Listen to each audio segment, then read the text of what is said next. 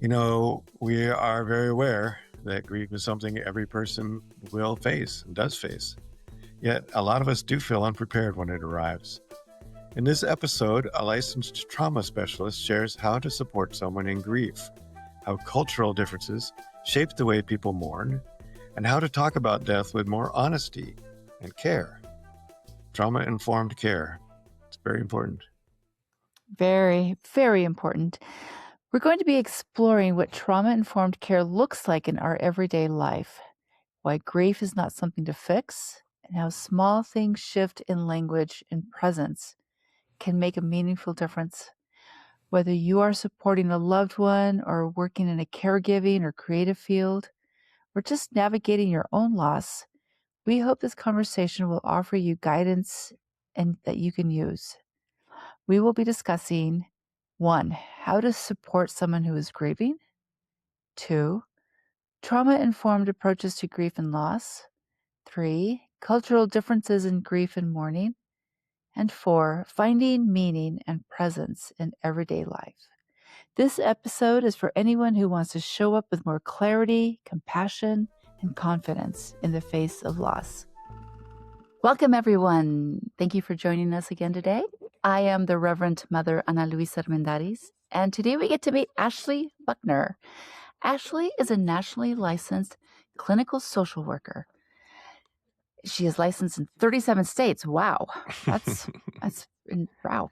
It's Art impressive. certified trauma specialist, grief and loss expert, and a multi-state clinical supervisor with over 16 years of experience across trauma care, addiction treatment, crisis systems, clinical supervision, and organizational consulting.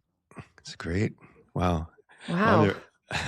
I'm the Reverend Wakil David Matthews. And that was Ana Luisa, by the way. I don't know if you said that at the beginning.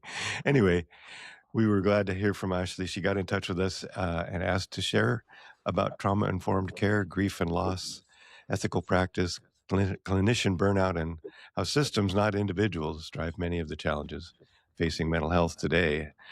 She's passionate about making complex clinical topics accessible, honest, and deeply human. And we're really glad to have you on today. I was looking down through your website and such, and also see that you work with teens. I think that would be fun to talk about. So we want to hear all about all of this stuff. So yeah, welcome. Yes, well, welcome. Thank you so much for having me. Yes. Well, and here we are intersecting in the 21st century, talking about death and dying and all these things. But what inspired you to begin this work? I think what initially inspired me was I worked for hospice. Well, prior to that, even I did a lot of volunteer work for hospice, and that really started me on this journey of realizing that people don't talk about loss and grief and end of life. And so I really expanded that. I actually began to work in hospice, worked with that in my own family, and then became a certified end of life doula. And then do a lot of work around not only end of life, but living. I think that's very important. So that's a deep passion. Yeah, very much so. Mm-hmm. Well, can you tell us more about the work you're doing and kind of currently what you're working on? And the whole, I did notice when I was reading through that the word art, when I saw art certified trauma therapist or trauma specialist, I thought that was about making paintings or something, but that's actually an acronym. So maybe you can tell us more about that Absolutely. I own Anchor and Rise Therapy and Anchor and Rise Academy, and we not only do therapy across the country. I'm currently licensed in the 41 states. Sorry, that changed over the weekend. So 41 states and have the other 10 licenses pending. And so that allows me to be able to meet people wherever they are, literally, as well as therapeutically. And so we also do a lot of education around, we're trying to start some death cafes where we talk openly about end of life and what this looks like in grief and loss. And the thing that inspires me is that there's so much grief and loss in the world. And I find that it's such a taboo subject, especially in the South. As you can tell, I'm from the South. So, people really don't speak about these things, and not only do we not talk about grief and loss and death and dying, but there's often a lot of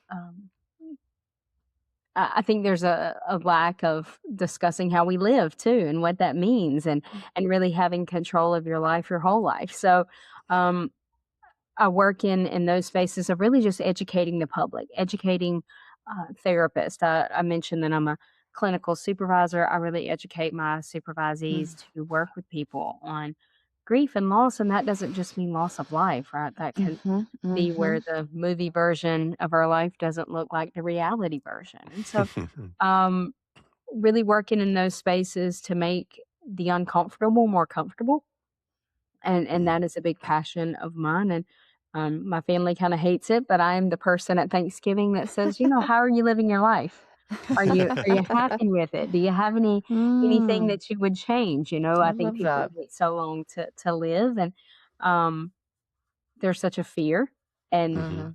Mhm, I really kind of open that conversation of what does it look like to live with very little regrets. I don't think any of us have no regrets, but to live with mhm, very little regrets and to live our life to the fullest. So, Mm. Yeah, very nice.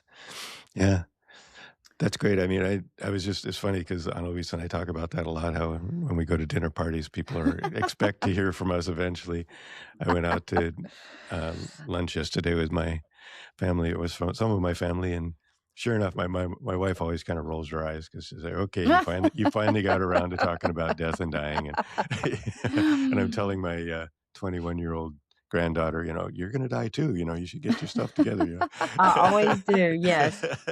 And I apologize. I didn't answer one of your questions. You mentioned ART, or accelerated resolution therapy. Yeah, And I completely forgot to that's answer alright. that question. So my Thank apologies. Accelerated resolution therapy has been an amazing game changer for me personally and professionally.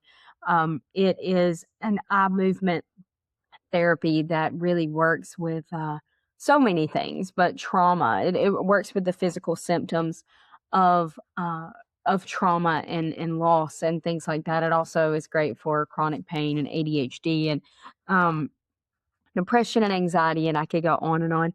And that has been just a remarkable thing. And not only do people not have to continue to retell their story, which Mhm, is beautiful, but it also allows the therapist and others that are trained to not get that secondhand trauma, that trauma. compassion fatigue. And so it's really beautiful. I actually speak on it across the country. Mm, Recently, I was accepted to go to a conference in Belize to speak on uh, it. So I'll be doing that in May. So I guess now internationally, I do speak on accelerated resolution therapy and the impacts of being able to do one session and have amazing results. It doesn't mm, take any of the realities away, but it just takes away those physical symptoms and is an absolute game changer for people when, especially in grief and loss. I found that to be a really mhm, mhm. beautiful way to work with individuals. wow, beautiful, thank you. That is, yeah, it's a really, and I've never heard of that, and I'm now very, very curious. Yeah, And Amazing. also, it makes me realize that, I mean, Wakil and I talk to a lot of folk and, in our personal lives or communities, and there is such a resistance to discussing either the quality of life that you're living or the absoluteness of you going to die, right? Like, it's a very, Absolutely. and, it, for me, I frame it as a mental health issue when people don't want to talk about it. mhm, And I think it is a trauma issue. I didn't realize, like, not talking about something could also become a very traumatic, kind of like shameful feeling around, like, it's scary, grandma died or my best friend died. Right. And, how do I reconcile my personal living with death? yeah. And so I Absolutely. kind of, I kind of like that. It's like everybody needs it.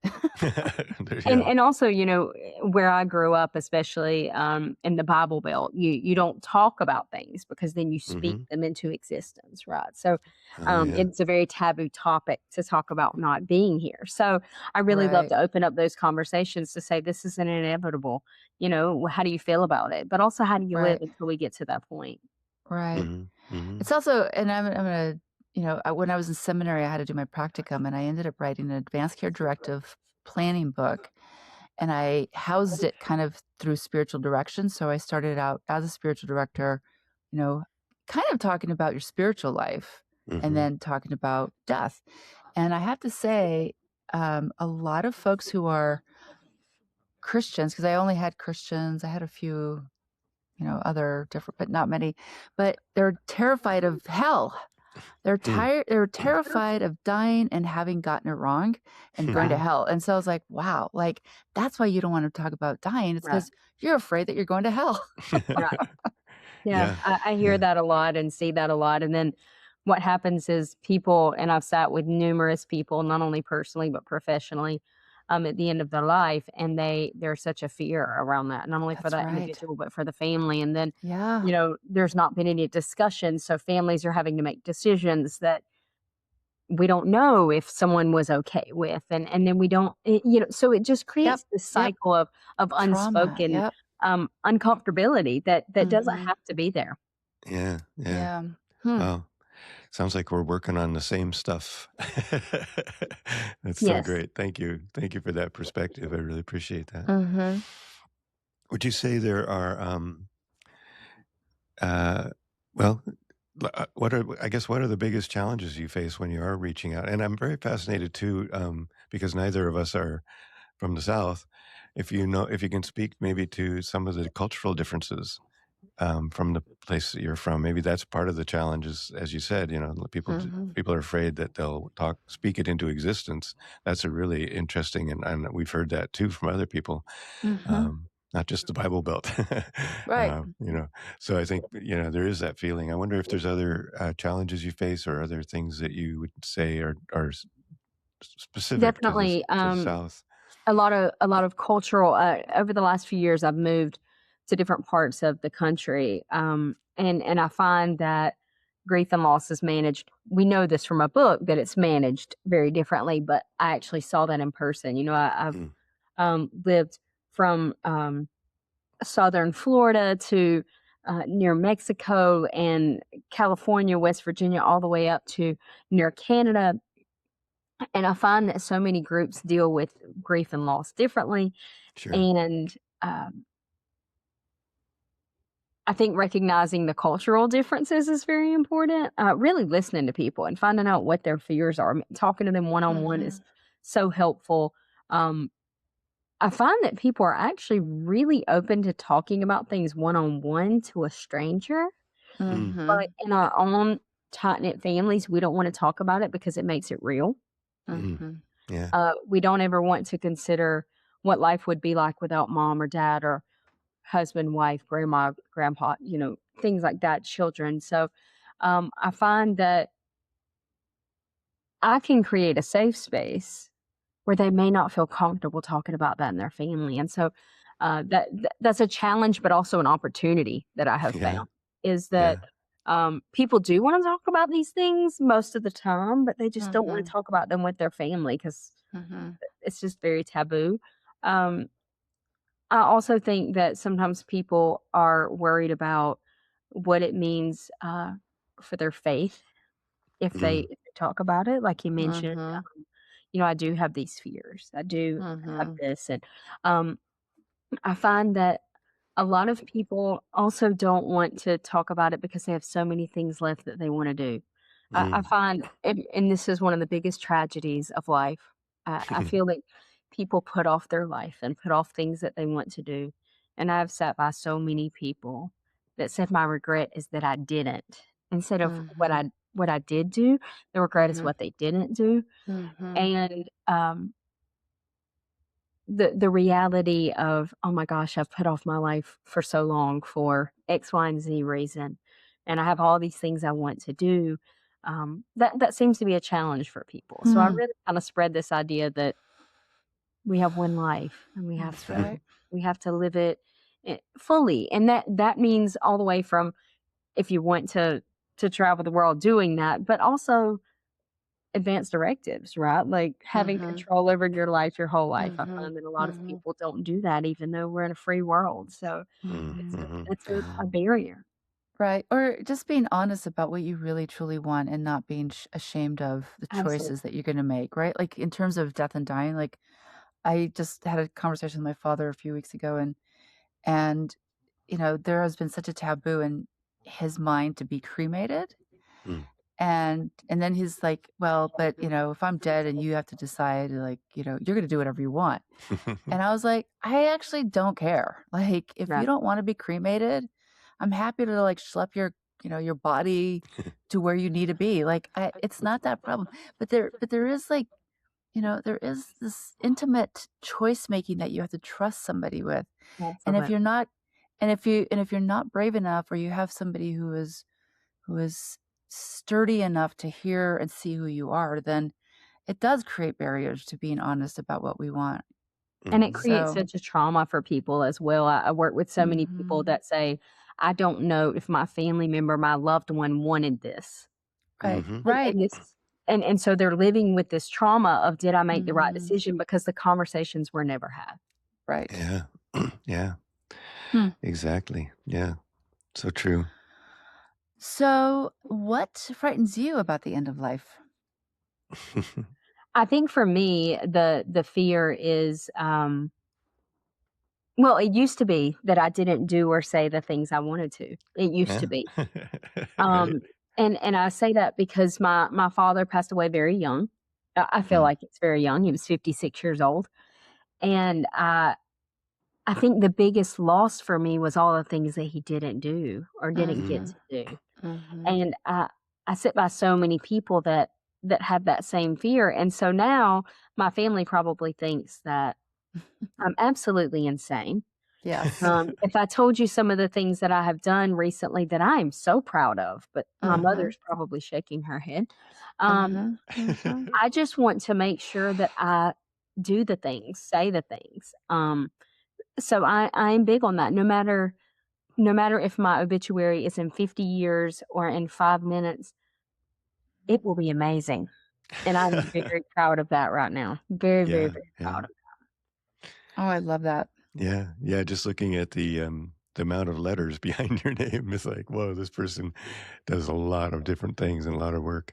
I would love to hear some of the tell us some of those wonderful things that people will be surprised about. I think that would be fun Absolutely. because So it'll I also help people understand kind of examples of what you're talking about. Yeah. Yes, for sure. So some of the things that I have decided when my daughter graduated from college or from high school, pardon me, I decided to buy an RV. I've never been in an RV, but I decided I was going to buy a new RV and I was going to travel the country. Which, by the way, is much more fun in the movies than it really is. I have too many shoes for this. I have way too Yeah. many shoes to live in an RV, but I did it, and I lived all over.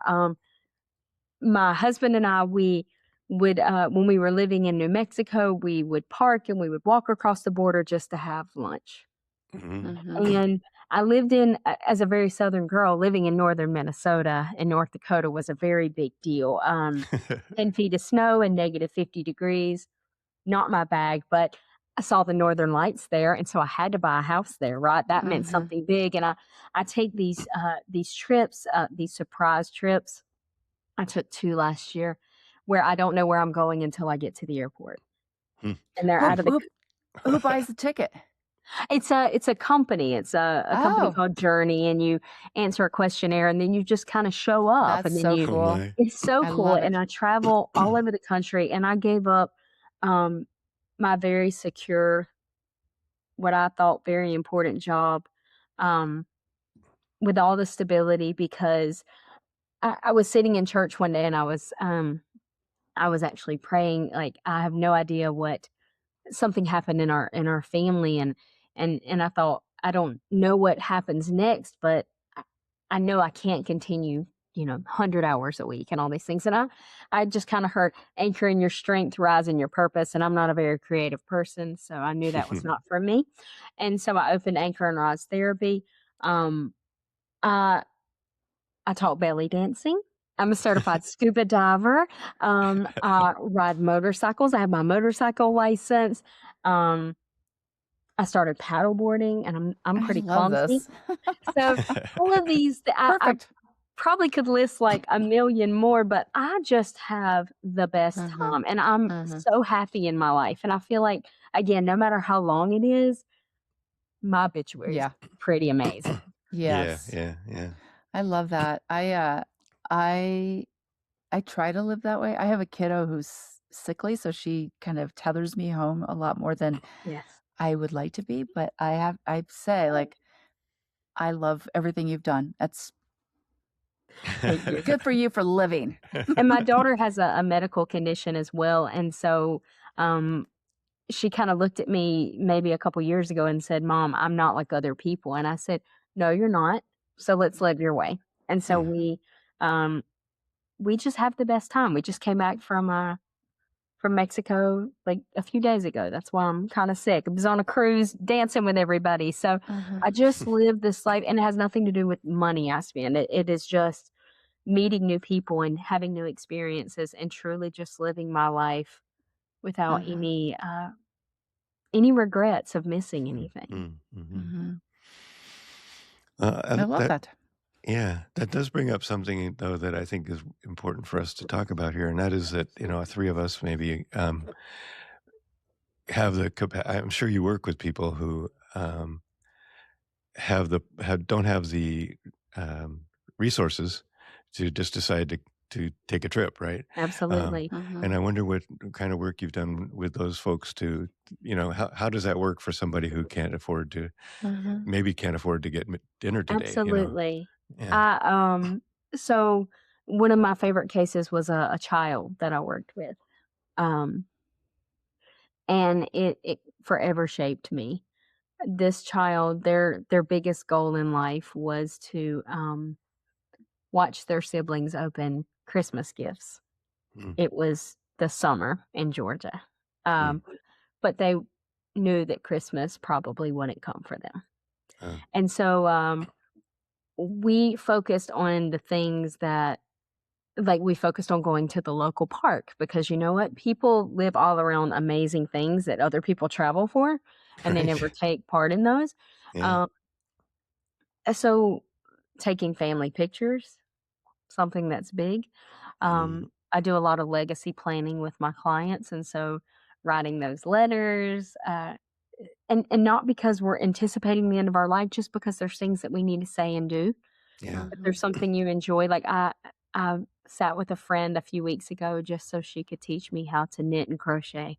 Hmm. Hmm. Um, Nice.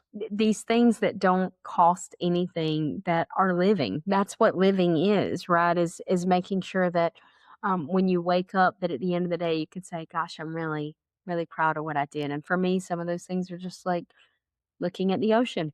I'm Mm, right by Mhm. it, but often we're too busy mhm, to mhm, spend that time or to hear stories from our family and what their life was like to make new friends and to turn on a song so loud and just dance like no one's watching you. Um, that's living, I Yeah. believe. Yeah, So, yeah. that's really things that I focus on, and the trips and things that I've moved to, those have just been recent things, but my Mm, life has to do with the everyday and yeah, making the yeah. most out of every moment. Yeah, very good. I love that. Yeah, I and oh, go ahead, Oh, Joaquil. I was just gonna mention the fact that I love what you said about, um, next door is something that people would drive to. I mean, Right. I live Right. next to the, Salish Sea here with mountains on all around me, and Ana Luisa lives in Colorado with mountains, and I often will go out to the beach and think, "Wow, people travel thousands of miles to have this Yeah. kind of a view," Yeah. Yeah. Absolutely. Well, and I just want to go back to Joaquil's question about, we have means. The three of us have means. We are so privileged with our financial pieces that we do get to have adventures and drop Absolutely. everything and go, right? So I want to recognize that somebody listening to this may be like, I work two jobs, I have, family members to take care of. And for them, it just occurred to me, like, I think as a community at large, you know, bringing life and light into other people's Oh my daily goodness. things Yes. should be the impetus for us to make sure, like, people may not have access to everything that others do. I mean, we don't have billionaire access for sure, No. and they're not doing anything to make sure, like, they're helping our day to day, but we can do that for others, and I think that is the gift that I hope I can move forward and, like, are you living the life you want? Maybe somebody's be like, no, I'm like tired, I'm poor, I'm hungry, I've got sick kids. It's like, how can I step in and help you? How can I move in Absolutely. and say, I'm gonna take you everywhere to lunch, right? Like, or whatever. But giving them that little piece of life love would be great. Yeah. Absolutely. And Yeah. the story, the biblical story about of the woman that gave what she had. And I think Yeah. that's beautiful. Like, when we help people with our means, whatever those are, and they don't have to be financial. Right. They could literally be that you can teach someone to sew a button, and that means so much to them, or you teach them to make a new recipe, or Right. you share. You're like, hey, let's read a book together. Let's go to the library together and discuss it at the end of the month. Like, that's life. It's not the Yeah. travels and all the things. It's the connections that we make and the impact that we leave. That's Yeah. right. I Yeah. appreciate that. Yeah, I love that. That's really so important, and really, I think for anybody, that's getting up in the morning and thinking about what can I do to be helpful to somebody today? What can I do to Absolutely. raise somebody else's life is something that's going to help. It's going to make your life better, and it's going to be, that's frankly my goal of life. That's the What I look legacy for. we leave behind.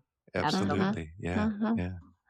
What else do you wish we'd have asked you? I guess would be a good question to finish I up think, with. when I was looking at your podcast, the thing that just kept,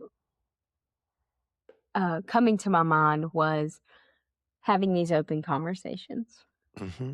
about what Hmm. life is, what end of life is, what grief and loss is, and our world is just consumed with grief and loss. Oh yeah, I think that is so many ways. bypassed so many times, and so, I always come with the grief and loss perspective. And I tell people when I meet with them, whether it's personally or professionally, that I work a lot with grief and loss. And the thing I hear is, well, I've lost so and so, but it's been a while. And I said, well, again, grief and loss is so much more. Um, it's when our hair doesn't look the way we thought it would. And that might sound crazy, but that impacts people. And I don't just mean the hairstyle, when our health is not as good as we thought it would be, when our finances are not what they thought it would be, when our relationships are not the way that we thought they would look.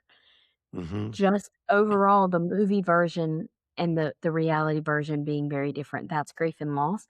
And I just think having an open space to talk about that is really where we feel as a society. Yeah, yeah. Well, I'm glad we can offer that here, and I'm glad that you're doing that work that you're doing. Yes. And um, is there any other? I was gonna. I think we also usually like to find out what kind of what kind of things you do yourself when you're feeling like you're overwhelmed, and you've got a lot of different therapies that you've worked with. Is there anything that you would recommend? I guess to our audience. Absolutely. So I keep a gratitude list Mhm. and I add to it every day. And I want to say this, there is no gratitude too small. I encourage my clients laugh at me, but especially living in Florida now, I will say deodorant. Small, but if we have that, we are thankful, and I kinda laugh about that, but you know what? I think sometimes people wait for something to be big enough to be thankful for it, but to be thankful for the very small things is amazing, and so I update that list. If you saw it, it's pages long, and not Mm, because I am very blessed, I don't mean it like that, but just because, if we have clothing to put on, or, mhm. we have a roof over our head, or we have deodorant, or we have a toothbrush, or we have food to eat today, um, maybe one person that we can call, because we don't have to have Mhm. 5, we just sometimes Yeah. even the one, um, to have chapter friends, and when I say chapter friends, you might not tell them everything, but these may be the people that you like to read with. These may be Mhm. the people that you like to talk about politics with, whatever works. Um, but chapter friends and maybe your faith. And so I really kind of ground myself in that gratitude list. That's Mhm. really important to me. I also need to step outside once per day. Mhm. Just Yeah. need to realize that there is life out there, and that the world is still moving around, even though there is grief and loss and hurt and shame and regret and all these things. There is so much life Mhm. that is still out there to be lived, and that's the way that I ground myself. Um, Prayer is important to me. I read, and just so you know, I am big on music, and I think Mm. I can dance probably far better than I actually can, and so it is very important for me to Ah. once per day to show my best moves. Um, I Right. encourage people to play their favorite, playlist in the background, and honestly, if you tap your foot or you start, moving your head, that is healing. Mm. That Yeah. is healing. Just those small Mhm. movements that get us out of the ruts, that's really Yeah. how I ground myself. Yeah. That's Yeah. wonderful. Thank Yeah. you. That's great. Really appreciate that. Yeah. Annalisa, So, anything else? Uh, no, this has been such a delight. I yeah. appreciate your living lusciousness. Right. It's just Thank you. what I think I live like you, and also I forget that it is such a delight to be alive and not Yeah. always thinking about death and dying. Because, Yes, and you brought a poem to share. You want to talk about that? I do. At my father's, funeral service, they noted the Dash poem, and if you haven't ever read it, I encourage you to check it out. But the short version is that when your tombstone is a birth date and a death date. Mm. But the thing that matters most is the dash in between. And to my Oh yeah. mother's dismay, I did get a tattoo on that says "Live the Dash" on my wrist, and I believe that. And I try to every day just make sure that I am living to the fullest, and Hmm. that is so impactful for me. So that is my motto is live the dash, and I really do Mm. try to encourage Huh. others to do the same. And check out the Dash poem; it will absolutely change your life. Do you We'll want to read a portion of it? Absolutely, it's so beautiful. and we'll put it in the podcast notes too. Yes, Yeah. thank you so much. So I read of a man who stood to speak at the funeral of a friend. He referred to the dates on her tombstone from the beginning to the end. He noted that first came the date of her birth and spoke the following date with tears.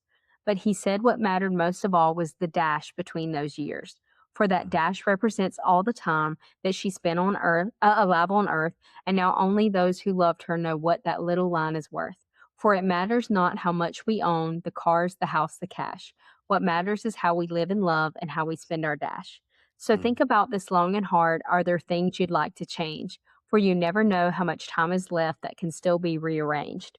If we could Mm. just slow down enough to consider what's true and real and always try to understand the way other people feel. And be less Mhm. quick to anger and show appreciation more and love the people in our lives like we've never loved before. If we treat each other with respect and more often wear a smile, remembering that this special dash might only last a while. So when your eulogy's being read with your life's actions to rehash, what would you be proud of the things they say about how you spent your dash? Mm. Mm. Yeah. All right. I love it. Thank you so much for Thank sharing you that. so much, Yeah. Ashley. It's been a real pleasure, and we look forward to learning more about your work. Maybe you'll show Hmm. up in one of our towns at one point. That Yeah. would be amazing. Thank y'all so much for having me. Grief and loss, conversations about the end of life. Thank you for joining us today. Thank you to Charles Heston, the composer of the original music you are listening to now. And of course, thanks to you, our audience, and all of our amazing guests. Please come back next week for another great episode. Share this with your friends, family, and community. We hope you will subscribe and follow us on YouTube, Facebook, Instagram, Blue Sky, and Substack. Each guest's additional information will be found in the podcast notes.